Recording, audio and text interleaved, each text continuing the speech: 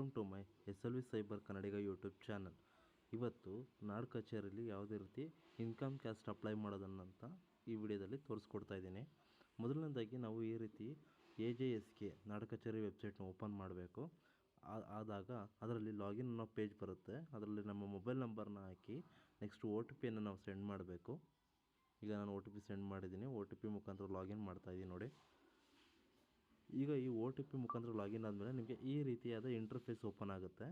ಇದರಲ್ಲಿ ನೋಡಿ, ಅಲ್ಲಿ ಹೊಸ ವಿನಂತಿ ಅಂತ ಇದೆಯಲ್ಲ, ಅದರ ಮೇಲೆ ನೀವು ಕ್ಲಿಕ್ ಮಾಡಿ ಅದರಲ್ಲಿ ಜಾತಿ ಪ್ರಮಾಣ ಪತ್ರ ಅಥವಾ ಆದಾಯ ಪ್ರಮಾಣ ಪತ್ರ ಮತ್ತು ಇನ್ನು ಇತರೆ ಸರ್ವಿಸ್ಗಳನ್ನ ನಾವು ನಾಡ್ ಕಚೇರಿ ಕೊಡ್ಬೋದು. ಅಂದರೆ ವಿಡೋ ಪೆನ್ಷನ್ ಆಗಿರ್ಬೋದು, ಮತ್ತು ವಂಶವೃಕ್ಷ ಆಗಿರ್ಬೋದು, ಮತ್ತು ರೆಸಿಡೆಂಟಲ್ ಸರ್ಟಿಫಿಕೇಟ್ ಆಗಿರ್ಬೋದು. ಇಂಥದನ್ನೆಲ್ಲ ನಾವು ಈ ನಾಡ್ ಕಚೇರಿ ವೆಬ್ಸೈಟಲ್ಲಿ ನಾವು ಅಪ್ಲೈ ಮಾಡ್ಬೋದು. ನೋಡಿ, ಅಪ್ಲೈ ಬೇಕಾಗಿರೋ ದಾಖಲಾತಿಗಳು ಬಂದ್ಬಿಟ್ಟು ರೇಷನ್ ಕಾರ್ಡು ಮತ್ತು TC ಮತ್ತು ಆಧಾರ್ ಕಾರ್ಡ್ ಮತ್ತು ಒಂದು ಪಾಸ್ಪೋರ್ಟ್ ಸೈಜ್ ಫೋಟೋ. ಇವೆಲ್ಲವೂ ಕೂಡ ಜಾತಿ ಪ್ರಮಾಣ ಪತ್ರಕ್ಕೆ ಮುಖ್ಯವಾಗಿ ಬೇಕಾಗಿರುವಂಥದ್ದು. ಓಕೆ, ಈಗ ನಾನು ಜಾತಿ ಪ್ರಮಾಣ ಪತ್ರ ಬೇಕು, ಅದಕ್ಕೋಸ್ಕರ ಅಪ್ಲೈ ಮಾಡ್ತಾ ಇದ್ದೀನಿ. ನೋಡಿ, ಮೊದಲನೇದಾಗಿ ರೇಷನ್ ಕಾರ್ಡ್ ನಂಬರ್ ಕೇಳುತ್ತೆ, ಅದನ್ನು ಎಂಟ್ರಿ ಮಾಡಬೇಕು. ಅದರಲ್ಲಿ ಯಾರ್ದು ಅಪ್ಲೈ ಮಾಡಬೇಕು ಅಲ್ಲಿ ಅರ್ಜಿದಾರರ ಆಯ್ಕೆ ಮಾಡಿ ಅವರ ಹೆಸರನ್ನು ಹಾಕಬೇಕಾಗುತ್ತೆ.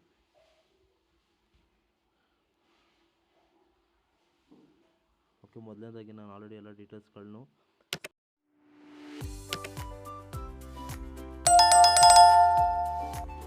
ಯಾವ್ದಾರ ಕೆಲವು ಡಾಕ್ಯುಮೆಂಟ್ಸ್ ಬಂದ್ಬಿಟ್ಟು ನಿಮಗೆ ಸೈಜ್ಗಿಂತ ಜಾಸ್ತಿ ಇತ್ತು, ಈಗ 500 KB ಜಾಸ್ತಿ ಇತ್ತು ಅಂದಾಗ ನೀವು ಈ ಕಂಪ್ರೆಸ್ PDF ಅನ್ನೋ ಇದರ ವೆಬ್ಸೈಟಲ್ಲಿ ಹೋಗ್ಬಿಟ್ಟು ನೀವು ನಿಮ್ಮ PDF ಕಂಪ್ರೆಸ್ ಮಾಡ್ಕೊಬೋದು.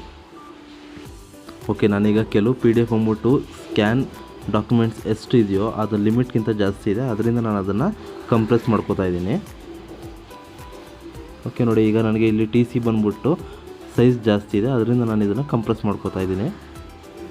ಇದೇ ರೀತಿ ನಿಮ್ಮಲ್ಲಿ ಯಾವ್ದಾರು ಒಂದು ಡಾಕ್ಯುಮೆಂಟ್ಸ್ ಬಂದ್ಬಿಟ್ಟು ಆಯ್ಕೆಗಿಂತ ಜಾಸ್ತಿ ಲಿಮಿಟ್ಗಿಂತ ಜಾಸ್ತಿ ಏನಾದ್ರು ಸ್ಕ್ಯಾನ್ ಆಗಿದ್ದರೆ, ಅಷ್ಟು KBಗಿಂತ ಜಾಸ್ತಿ ಏನಾದ್ರು ಇದ್ದರೆ ನೀವು ಅದನ್ನು ಕಂಪ್ರೆಸ್ ಮಾಡ್ಕೋಬೇಕಾಗತ್ತೆ.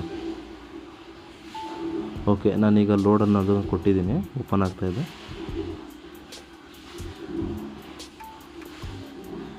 ಓಕೆ, ನಾಡ್ ಕಚೇರಿ ವೆಬ್ಸೈಟು ಸ್ವಲ್ಪ ಸ್ಲೋ ಆಗಿರೋದ್ರಿಂದ ಈ ರೀತಿ ಇಂಟರ್ಫೇಸ್ ಓಪನ್ ಆಗೋದಕ್ಕೆ ಸ್ವಲ್ಪ ಟೈಮ್ ತೊಗೊಳುತ್ತೆ. ಓಕೆ, ಇವಾಗ ಯಾವ ಜಿಲ್ಲೆ, ಯಾವ ತಾಲೂಕು ಇದನ್ನೆಲ್ಲ ರೇಷನ್ ಕಾರ್ಡ್ ಹಾಕಿದ್ರೆ ನಿಮಗೆ ಆಟೋಮೆಟಿಕಾಗಿ ಫಿಲ್ ಆಗುತ್ತೆ. ಇನ್ ಕೇಸ್ ನೀವು ರೇಷನ್ ಕಾರ್ಡ್ ಇಲ್ಲ, ನೋ ಅಂತ ಕೊಟ್ಟಾಗ ಪ್ರತಿಯೊಂದು ಡಾಕ್ಯುಮೆಂಟ್ಸ್ ಕೂಡ ನಾವೇ ಹಾಕಬೇಕಾಗತ್ತೆ. ಓಕೆ ನೋಡಿ, ಇವಾಗ ನಾನು ಕ್ಯಾಸ್ಟ್ ಸರ್ಟಿಫಿಕೇಟ್ ಡಾಕ್ಯುಮೆಂಟ್ಸ್ ಏನೇನು ಬೇಕು ಅದನ್ನ ಎಂಟ್ರಿ ಮಾಡ್ತಾಯಿದ್ದೀನಿ.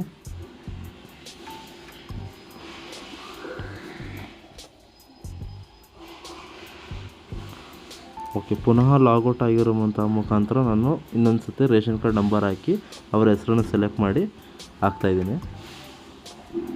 ಓಕೆ, ಮೊದಲನೇದಾಗಿ ನಾವು ಇಲ್ಲಿ ಡಿಸ್ಟ್ರಿಕ್ಕನ್ನು ಸೆಲೆಕ್ಟ್ ಮಾಡಬೇಕಾಗುತ್ತೆ. ನೆಕ್ಸ್ಟ್ ಅದಾದಮೇಲೆ ತಾಲೂಕು ಸೆಲೆಕ್ಟ್ ಮಾಡಬೇಕಾಗುತ್ತೆ. ಮತ್ತು ಅವರು ಅರ್ಬನ್ನಲ್ಲಿದ್ದಾರೆ, ರೂರಲ್ಲಿದ್ದಾರೆ, ಅದನ್ನು ಕೂಡ ಆಯ್ಕೆ ಮಾಡಬೇಕಾಗುತ್ತೆ. ಟೌನ್ ಬಂದ್ಬಿಟ್ಟು ನಮಗೆ BBMP ಬರುತ್ತಾ, ಇಲ್ಲಾಂದರೆ ರೂರಲ್ಲ ಬರುತ್ತಾ, ಅದನ್ನು ನಾವು ಸೆಲೆಕ್ಟ್ ಮಾಡ್ಕೋಬೇಕಾಗುತ್ತೆ. ಮತ್ತು ನೀವು ಹಾಕಿರುವಂಥ ಅಡ್ರೆಸ್ಸು ಯಾವ ವಾರ್ಡ್ಗೆ ಬರುತ್ತೆ ಅದನ್ನು ಕೂಡ ನೀವು ಸೆಲೆಕ್ಟ್ ಮಾಡ್ಕೋಬೇಕಾಗತ್ತೆ. ಓಕೆ, ಇದನ್ನೆಲ್ಲ ಸೆಲೆಕ್ಟ್ ಮಾಡ್ಕೊಂಡ್ಮೇಲೆ ಅರ್ಜಿದಾರರ ಹೆಸರು ಹಾಕಿ ಅವರ ಯಾವ ಇದಕ್ಕೆ ಬರುತ್ತೆ, ಅಂದರೆ ಶ್ರೀ ಬರುತ್ತಾ, ಶ್ರೀಮತಿ ಬರುತ್ತಾ, ಕುಮಾರ್ ಬರುತ್ತಾ, ಕುಮಾರಿ ಬರುತ್ತಾ, ಅದನ್ನು ನೀವು ಹಾಕಬೇಕಾಗುತ್ತೆ. ಶ್ರೀ ಮತ್ತು ಶ್ರೀಮತಿ ಅನ್ನೋದು ವೈಫ್ ಆ್ಯಂಡ್ ಹಸ್ಬೆಂಡ್ಗೆ ಹಾಕುವಂಥದ್ದು. ಕುಮಾರ್ ಮತ್ತು ಕುಮಾರಿ ಅಂಥದ್ದು ಈಗ ಓದ್ತಿರುವಂತಹ ವಿದ್ಯಾರ್ಥಿಗಳಿಗೆ ಹಾಕುವಂಥದ್ದು. ಓಕೆ, ಫಾದರ್ ಮತ್ತು ಹಸ್ಬೆಂಡ್ ನೇಮ್ ಹಾಕಬೇಕಾಗತ್ತೆ. ಇಲ್ಲಿ ಅವರಿಗೆ ಸನ್ ಆಫ್ ಇಲ್ಲಾಂದರೆ ಕೇರ್ ಆಫ್ ಅನ್ನೋದನ್ನ ನೀವು ಸೆಲೆಕ್ಟ್ ಮಾಡಬೇಕಾಗತ್ತೆ. ಓಕೆ, ನೆಕ್ಸ್ಟ್ ಶ್ರೀಮತಿ ಕಲಾವತಿ ಅನ್ನೋ ಹೆಸರನ್ನು ಹಾಕ್ತಾಯಿದ್ದೀನಿ. ಓಕೆ, ಇದೆಲ್ಲ ಆದಮೇಲೆ ನೆಕ್ಸ್ಟ್ ಬಂದ್ಬಿಟ್ಟು ಅಡ್ರೆಸ್ಸು ಅವರ ಆಧಾರ್ ಕಾರ್ಡಲ್ಲಿ ಏನಿದೆಯೋ ಅದನ್ನೇ ಇಲ್ಲಿ ಫಿಲ್ ಮಾಡಬೇಕಾಗತ್ತೆ. ಓಕೆ, ನಾನೀಗ ಅವರ ಅಡ್ರೆಸ್ಸನ್ನು ಫಿಲ್ ಮಾಡ್ತಾಯಿದ್ದೀನಿ.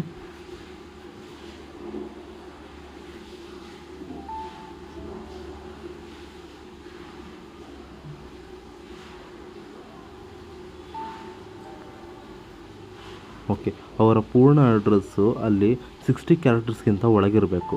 ಅದಕ್ಕಿಂತ ಜಾಸ್ತಿ ಇದ್ದಷ್ಟು ಅಲ್ಲಿ ಅಡ್ರೆಸ್ ಕೂಡ ತಗೊಳ್ಳೋದಿಲ್ಲ. ಓಕೆ, ಈಗ ನಾನು ಫುಲ್ಲು ಅವರ ಡೀಟೇಲ್ಸ್, ಆಧಾರ್ ಅಡ್ರೆಸ್ ಏನಿದೆಯೋ ಅದನ್ನೇ ಹಾಕ್ತಾಯಿದ್ದೀನಿ. ಆಧಾರ್ ಅಡ್ರೆಸ್ ಫುಲ್ಲು ಡೀಟೇಲ್ಸ್ ಹಾಕಾದ್ಮೇಲೆ ನೆಕ್ಸ್ಟ್ ಬಂದ್ಬಿಟ್ಟು ಅಲ್ಲಿರೋದೆ ಪಿನ್ ಕೋಡ್ ಅಂತ ಇದೆ ನೋಡಿ, ಆ ಪಿನ್ ಕೋಡ್ ಕೂಡ ಹಾಕಬೇಕಾಗತ್ತೆ.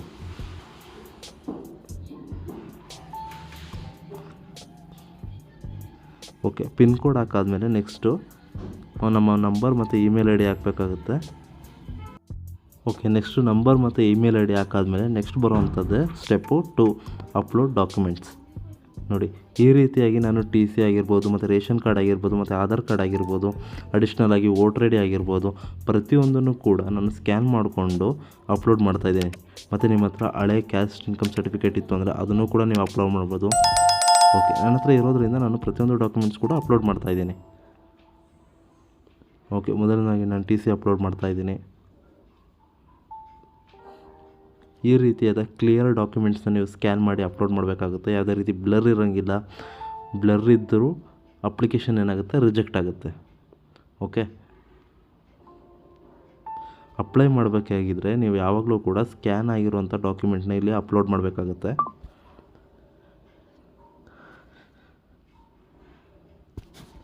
ಓಕೆ, ನಾನೀಗ ಸ್ಕೂಲ್ ಸರ್ಟಿಫಿಕೇಟ್ ಆಗಿರುವಂತಹ ಟಿ ಸಿನ ಅಪ್ಲೋಡ್ ಮಾಡ್ತಾಯಿದ್ದೀನಿ. ನೆಕ್ಸ್ಟ್ ಬಂದುಬಿಟ್ಟೆ ನಾವು ರೇಷನ್ ಕಾರ್ಡ್ನ ಈಗ ಅಪ್ಲೋಡ್ ಮಾಡ್ತಾಯಿದ್ದೀನಿ. ನೋಡಿ,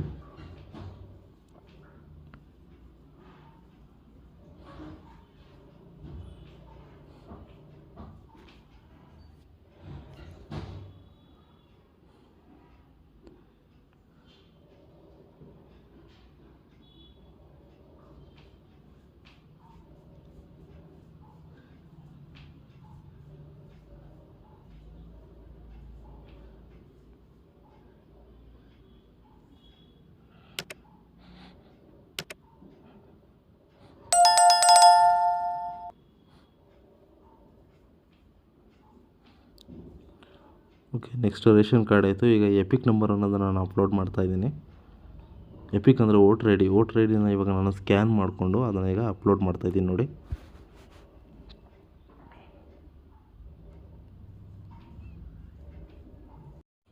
ಓಕೆ, ಈ ಎಲ್ಲ ಡಾಕ್ಯುಮೆಂಟ್ಸ್ ಹಾಕಾದ್ಮೇಲೆ ನೆಕ್ಸ್ಟ್ ಬಂದ್ಬಿಟ್ಟೆ ಈಗ ಪ್ರತಿಯೊಂದು ಡಾಕ್ಯುಮೆಂಟ್ಸ್ನ ಕೂಡ ನಾನು ಚೆಕ್ ಮಾಡಿ ಅಪ್ಲೋಡ್ ಮಾಡ್ತಾಯಿದ್ದೀನಿ.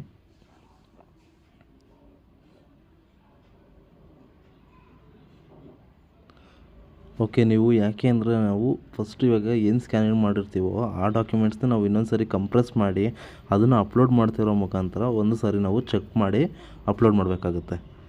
ಓಕೆ, ಈಗ ನಾನು ಚೆಕ್ ಮಾಡಿದ್ದೀನಿ. ಈಗ ಅಪ್ಲೋಡ್ ಮಾಡೋದಕ್ಕೆ ನಾನು ನೆಕ್ಸ್ಟ್ ಪ್ರೊಸೀಜರ್ಗೆ ಮೂವ್ ಆಗ್ತಾಯಿದ್ದೀನಿ. ನೋಡಿ, ಓಕೆ, ಈಗ ಸ್ಕ್ಯಾನ್ ಮಾಡಿರೋ ಪ್ರತಿ ಡಾಕ್ಯುಮೆಂಟ್ಸು ಕೂಡ ಕರೆಕ್ಟಾಗಿದೆ ಅಂತ ನಾನು ಬಿಲೀವ್ ಮಾಡಿ ನೆಕ್ಸ್ಟ್ ನಾನು ಅಪ್ಲಿಕೇಶನ್ ಕೂಡ ಅಪ್ಲೋಡ್ ಮಾಡ್ತಾಯಿದ್ದೀನಿ. ನೋಡಿ, ಓಕೆ, ಅಪ್ಲೋಡ್ ಮಾಡಿದಾದಮೇಲೆ ನೆಕ್ಸ್ಟ್ ನೀವು ಅಪ್ಲೋಡ್ ಡಾಕ್ಯುಮೆಂಟ್ಸ್ ಅಂತ ಕ್ಲಿಕ್ ಮಾಡಿದ್ರೆ ಮಾತ್ರ ನಿಮ್ಮ ಫೈಲು ಅಪ್ಲೋಡ್ ಆಗುತ್ತೆ. ಜಸ್ಟ್ ನೀವು ಬ್ರೌಸ್ ಮಾಡಿದ ತಕ್ಷಣ ಅದು ಸ್ಕ್ಯಾನ್ ಆಗೋದಿಲ್ಲ. ಓಕೆ, ಈಗ ನೋಡಿ, ನಾನು ಪ್ರತಿಯೊಂದು ಡಾಕ್ಯುಮೆಂಟ್ಸು ಕೂಡ ಕರೆಕ್ಟಾಗಿದೆ ಅಂತ ಚೆಕ್ ಮಾಡ್ಕೊತಾ ಇದ್ದೀನಿ. ನೀವು ಇದೇ ರೀತಿ ಚೆಕ್ ಮಾಡಿಕೊಂಡು ನೆಕ್ಸ್ಟ್ ಪ್ರೊಸೀಜರ್ ಕೂಡ ನೀವು ಮೂವ್ ಮಾಡಬೇಕಾಗುತ್ತೆ.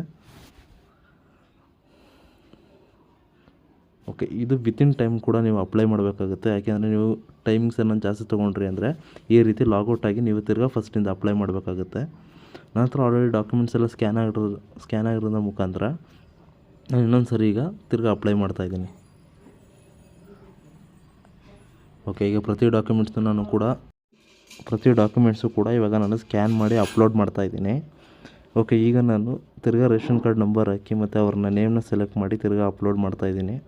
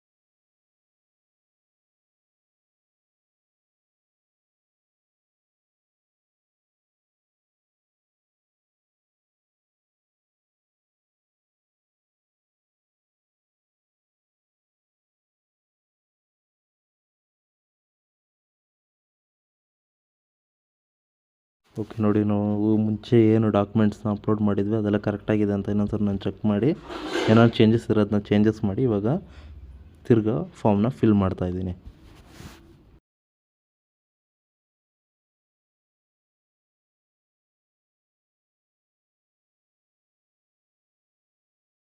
ಓಕೆ, ಈಗ ಎಲ್ಲ ಡಾಕ್ಯುಮೆಂಟ್ಸ್ನೂ ಕೂಡ ಅಪ್ಲೋಡ್ ಮಾಡಿ ಆಯಿತು. ಅಡ್ರೆಸ್ ಪ್ರೂಫ್ ಆಗಿರ್ಬೋದು, ಐ ಡಿ ಪ್ರೂಫ್ ಆಗಿರೋದು ಪ್ರತಿಯೊಂದು ಡಾಕ್ಯುಮೆಂಟ್ಸ್ನೂ ಕೂಡ ನಾವು ಅಪ್ಲೋಡ್ ಮಾಡಿದ್ದಾಯಿತು.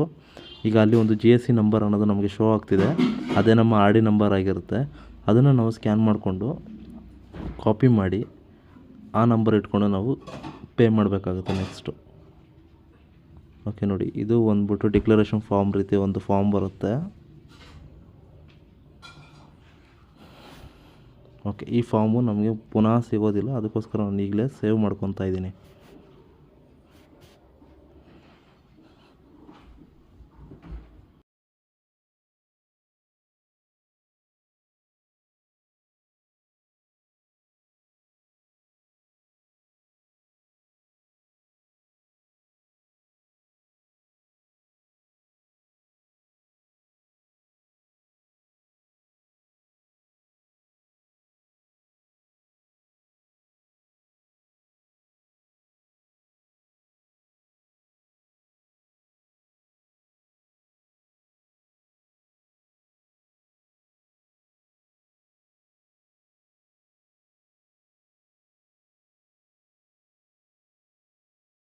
ಓಕೆ, ಈಗ ನಾನು ಫಾರ್ಮ್ನ ಸೇವ್ ಮಾಡ್ಕೊಂಡಾದ್ಮೇಲೆ ನೆಕ್ಸ್ಟ್ ಬೇಕಾಗಿರೋದು ನಮಗೆ ಪೇಮೆಂಟ್ ಮೋಡು. ನೆಕ್ಸ್ಟು ನಾವು ಪೇಮೆಂಟ್ ಮೋಡ್ಗೆ ಹೋಗಿ ಪೇಮೆಂಟ್ನ ಇದು ಮಾಡಬೇಕಾಗುತ್ತೆ.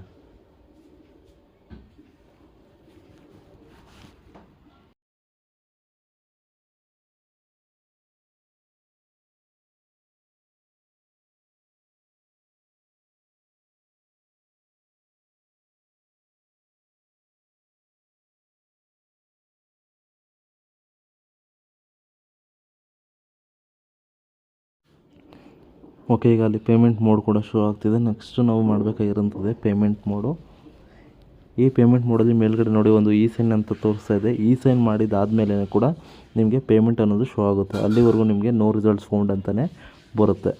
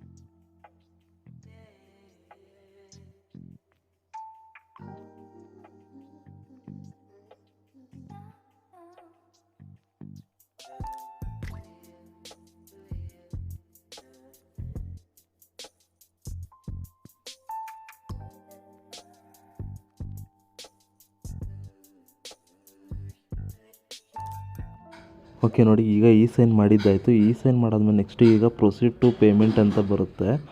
ಈ ಪ್ರೊಸೀಡ್ ಟು ಪೇಮೆಂಟ್ ಮೇಲೆ ಕ್ಲಿಕ್ ಮಾಡಾದ್ಮೇಲೆ 40 ರುಪೀಸ್ ಬಂದ್ಬಿಟ್ಟು ನಾವು ಗೌರ್ಮೆಂಟ್ಗೆ ಪೇ ಮಾಡಬೇಕಾಗುತ್ತೆ. ಅದು ಫೋನ್ಪೇ ಮುಖಾಂತರ ನಾವು ಪೇ ಮಾಡ್ಬೋದು. UPI ಆಗಿರ್ಬೋದು, QR ಕೋಡ್ ಆಗಿರ್ಬೋದು, ಮತ್ತು ಡೆಬಿಟ್ ಕಾರ್ಡ್ ಮತ್ತು ಕ್ರೆಡಿಟ್ ಕಾರ್ಡ್ ಆಗಿರ್ಬೋದು, ಪ್ರತಿಯೊಂದರ UPIಗಳ ಮುಖಾಂತರ ನಾವು ಪೇ ಮಾಡ್ಬೋದಾಗಿರುತ್ತೆ. ಓಕೆ, ಈಗ ನಾನು ಫೋನ್ಪೇ ಮುಖಾಂತರನೇ ಪೇ ಮಾಡ್ತಾಯಿದ್ದೀನಿ ನೋಡಿ.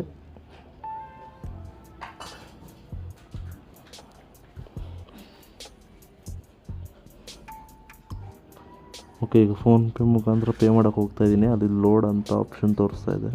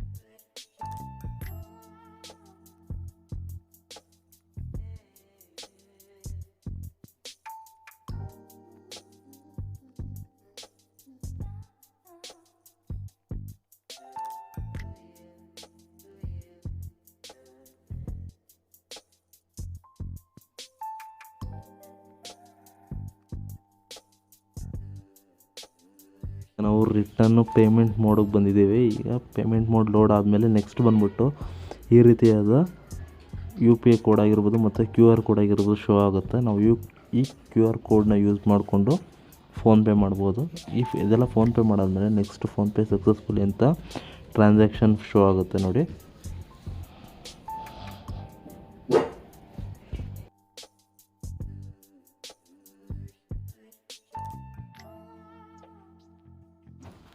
ಓಕೆ, QR ಕೋಡ್ ಮುಖಾಂತರ ಪೇ ಮಾಡಿದ್ದಾದಮೇಲೆ ನಮಗೆ ನೆಕ್ಸ್ಟ್ ಬಂದು ಒಂದು UTI ನಂಬರ್ ಆಗಿರ್ಬೋದು ಪೇಮೆಂಟ್ ಮಾಡಿದ್ದು ಈ ಥರ ಶೋ ಆಗುತ್ತೆ ನೋಡಿ. ಈಗ ಪೇಮೆಂಟ್ ಸಕ್ಸಸ್ಫುಲ್ ಆಗಿದೆ.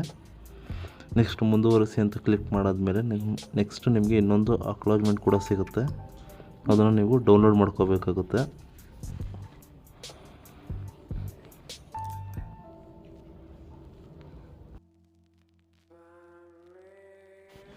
ಓಕೆ, ಈ ರೀತಿಯಾಗಿ ನೀವು ಡಾಕ್ಯುಮೆಂಟ್ಸ್ನ ಡೌನ್ಲೋಡ್ ಮಾಡಿಕೊಂಡು ಇದನ್ನು ಪ್ರಿಂಟ್ ಕೊಟ್ಟು ನೀವು ಕಸ್ಟಮರ್ಗೆ ಈ ರೀತಿಯಾದ ಪ್ರಿಂಟ್ನ ಕೊಡಬೇಕಾಗುತ್ತೆ. ಓಕೆ, ನೆಕ್ಸ್ಟ್ ಬಂದ್ಬಿಟ್ಟು ನಾನು ಯಾವ ರೀತಿ ನಿಮ್ಮ ಅಪ್ಲಿಕೇಶನ್ನ ಸ್ಟೇಟಸ್ನ ಚೆಕ್ ಮಾಡೋದು ಅನ್ನೋದು ಕೂಡ ಇದೇ ವಿಡಿಯೋದಲ್ಲಿ ತೋರಿಸ್ತಾ ಇದ್ದೀನಿ ನೋಡಿ. ಈಗ ಅಲ್ಲಿ ಅರ್ಜಿಯ ಸ್ಥಿತಿ ಪಡೆಯಿರಿ ಅಂತ ಇದೆಯಲ್ಲ, ನೀವು ಅದರ ಮೇಲೆ ಕ್ಲಿಕ್ ಮಾಡಬೇಕಾಗುತ್ತೆ. ಅದ್ರ ಮೇಲೆ ಕ್ಲಿಕ್ ಮಾಡಾದ್ಮೇಲೆ ಈಗ ಏನು RD ನಂಬರ್ ಜನ್ರೇಟ್ ಆಗಿದೆ RD ನಂಬರನ್ನ ನೀವು ಅಲ್ಲಿ ಕಾಪಿ ಮಾಡಿ ಪೇಸ್ಟ್ ಮಾಡಬೇಕಾಗುತ್ತೆ. ಪೇಸ್ಟ್ ಮಾಡೋದ್ರ ಮುಖಾಂತರ ನೀವು ಪೇಸ್ಟ್ ಮಾಡಾದ್ಮೇಲೆ ನೆಕ್ಸ್ಟ್ ನೀವು ಅದರಲ್ಲಿ ಚೆಕ್ ಸ್ಟೇಟಸ್ ಅಂತ ಇದೆಯಲ್ಲ ಅದ್ರ ಮೇಲೆ ಹೋಗಿ ಕ್ಲಿಕ್ ಮಾಡಬೇಕಾಗುತ್ತೆ. ಚೆಕ್ ಸ್ಟೇಟಸ್ ಅಂತ ಕ್ಲಿಕ್ ಮಾಡಾದ್ಮೇಲೆ ನೆಕ್ಸ್ಟ್ ಬಂದ್ಬಿಟ್ಟು ನಿಮಗೆ ಅಪ್ಲಿಕೇಶನ್ ಯಾವ ಸ್ಟೇಟಸಲ್ಲಿದೆ ಅನ್ನೋದು ಕೂಡ ಶೋ ಆಗುತ್ತೆ. ಅದನ್ನು ಚೆಕ್ ಮಾಡಿಕೊಂಡು ನೀವು ಮುಂದಿನ ಸ್ಟೇಟಸ್ ಎಲ್ಲಿದೆ ಮತ್ತು ಯಾವ ರೀತಿ ಸ್ಟೇಟಸ್ ನಾವು ಚೆಕ್ ಮಾಡೋದು ಮತ್ತು ಚೆಕ್ ಮಾಡಿ ನಾವು ಕಸ್ಟಮರ್ಗೆ ಯಾವ ರೀತಿ ಹೇಳಬೇಕು ಅನ್ನೋದನ್ನು ಕೂಡ ಈ ಸ್ಟೇಟಸ್ನಲ್ಲಿ ಚೆಕ್ ಮಾಡಿ ಹೇಳ್ಬೋದು. ಓಕೆ ಫ್ರೆಂಡ್ಸ್, ಇದಾಗಿತ್ತು ಇವತ್ತಿನ